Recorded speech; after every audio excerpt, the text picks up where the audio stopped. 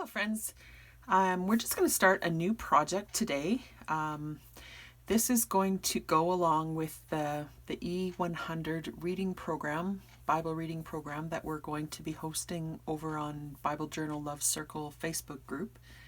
But you can use these techniques for a different journal if that's what you want to do. We're going to be making a junk journal, or a treasure journal as we call it when there's God's Word in there.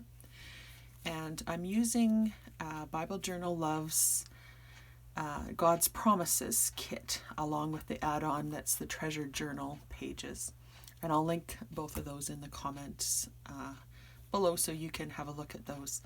So what I've done so far, we're just going to do another little series of videos here. And in this video, I'm just going to show you how to make two signatures that we're going to put into the journal. So what I did first of all is, this is actually a collage page of a bunch of the different elements in the kit. And I really love to do this. It kind of gets me familiar with the different images in the kit, and it just showcases it really beautifully.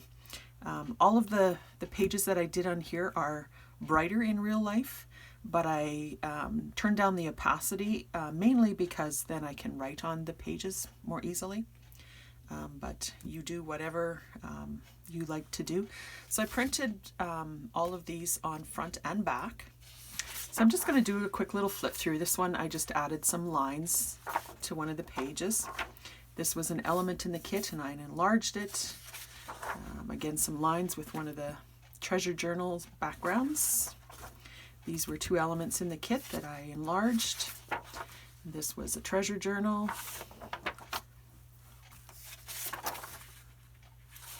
Again, all of these are just elements in the kit.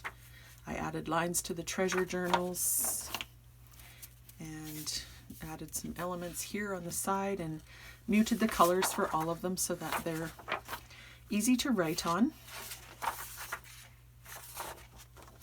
It misses some of the beautiful colors in the kit, but we will accent with those as well, so that won't be a problem.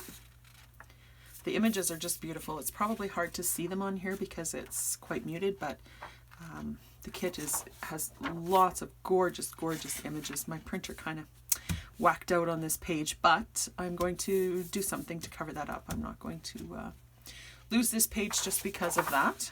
I love this image.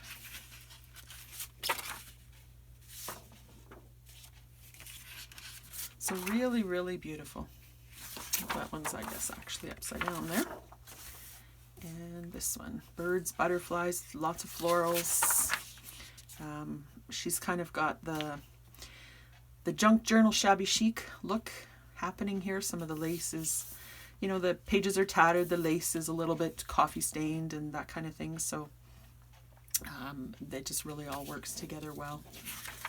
And I just thought I'd show you too. I just was playing with the kit and making just little bits of ephemera. So I just did a whole page of little squares, and then I just added little pieces of the kit to them. So I had a background, I had florals, the rose and the leaves are separate, so I just did that.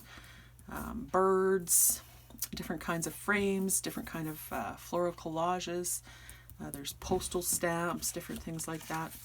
So I just printed a whole bunch of, they were really fun to make, just putting all kinds of things in the background and putting them together, and they don't have to be perfect when they're little like this, you know.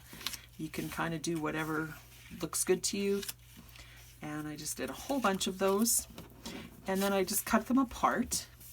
And I just made, the other day, I just made a couple of quick little projects just to highlight a couple of them. So I cut this one out, cut this one out. I put a little bit of stickles there, a little bit of Bible book page and some lace and cheesecloth there. And then it's like a little tag, but then also there's a little pocket on the side and a little folder with another little tag in it. So I thought those were just, and this ticket is from the kit as well. So I just thought those were really sweet, and I can use them in my journal just to add a little bit of interest. And here's the other one that I made. So just really cute little folders and folders, tags, pockets. So we'll make a few of these as we go along, and these in like different styles, different types of ephemera, and we'll put them in the journal as we go along, and hopefully you'll join me for this. I think it'll be a fun project. So I'm just going to quickly put my signatures together, and then I'll be right back. Okay, I've just put together my signatures. I folded all the papers, and I have 2 signatures made up of 13 pages each. And that will give us, because we're doing this for 100 days, it will give us 100 pages. So this will be day 1, day 2, day 3, day 4, and so on. And if we don't have enough room to write, we can always just put a fold out, we can put a pocket, we can clip something on. There's lots of ways to extend it. So I didn't want this journal to be too large. I initially was going to do 2 pages per day, but I think 1 page is going to be good. And I've got lines on most of the pages, but I also interspersed coffee dyed paper. And there's many different ways you can make lines on coffee dyed paper, so I'm not worried about that. I'll show you that as we go along as well. So I'm just going to show you, like I said, I interspersed the coffee dyed paper. And if you want to see, there's tons of videos on YouTube for making coffee or tea stained paper. You can certainly use white paper as well. You can use patterned paper, whatever you like, or you can just make all of the paper this way. I like this look, so that's what I'm going to do. If you want to know how I do my coffee dyed paper, leave me a comment, and maybe I'll do a quick little video on that. But like I said, there's lots of other videos on YouTube of people showing their process. So what I did here is this collage page I printed twice, and this time I didn't print on the back.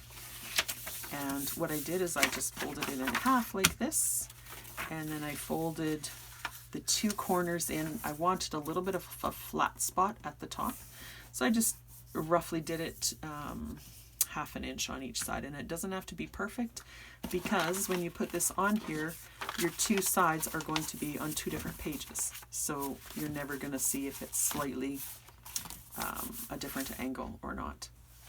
So what I'm going to do with this page is I'm just going to glue this flap down, and then I'm going to glue down here and down here, and then that will become a pocket. So I'm going to put a pocket at the front and a pocket at the back of each signature. So that'll give extra room for tags or different things that I want to add in. And then I'll start my writing space here for day 1. So I don't think you need to see me probably glue this down. I'll do that off camera. And I'll just show you the other pocket here. And this one is just slightly different. You can do them both the same if you want, but this one I just folded up this edge about 1.5 inches, and I just inked it so you could see that edge a little bit better. And again, turned it over and folded the 2 corners. Well, I folded it in half first to get my center line, and then I folded these 2 corners again about 1/2 inch away from the center line. And then that just goes around this signature. So again, there'll be a pocket at the front and at the back of the signature. And actually this one will have a pocket here and a little pocket here. So you can put like little bits of ephemera or something in there. So if you have some of the, you know, the smaller bits or whatever, you can put them there so they won't get lost in such a deep pocket. And again, I'll just glue this one here and along the bottom, and then inside here, and then I'll do that before I bind it into the book, which I'll show you a little later on in another step. And yeah, so there's the 2 signatures, and that will cover all of our writing space.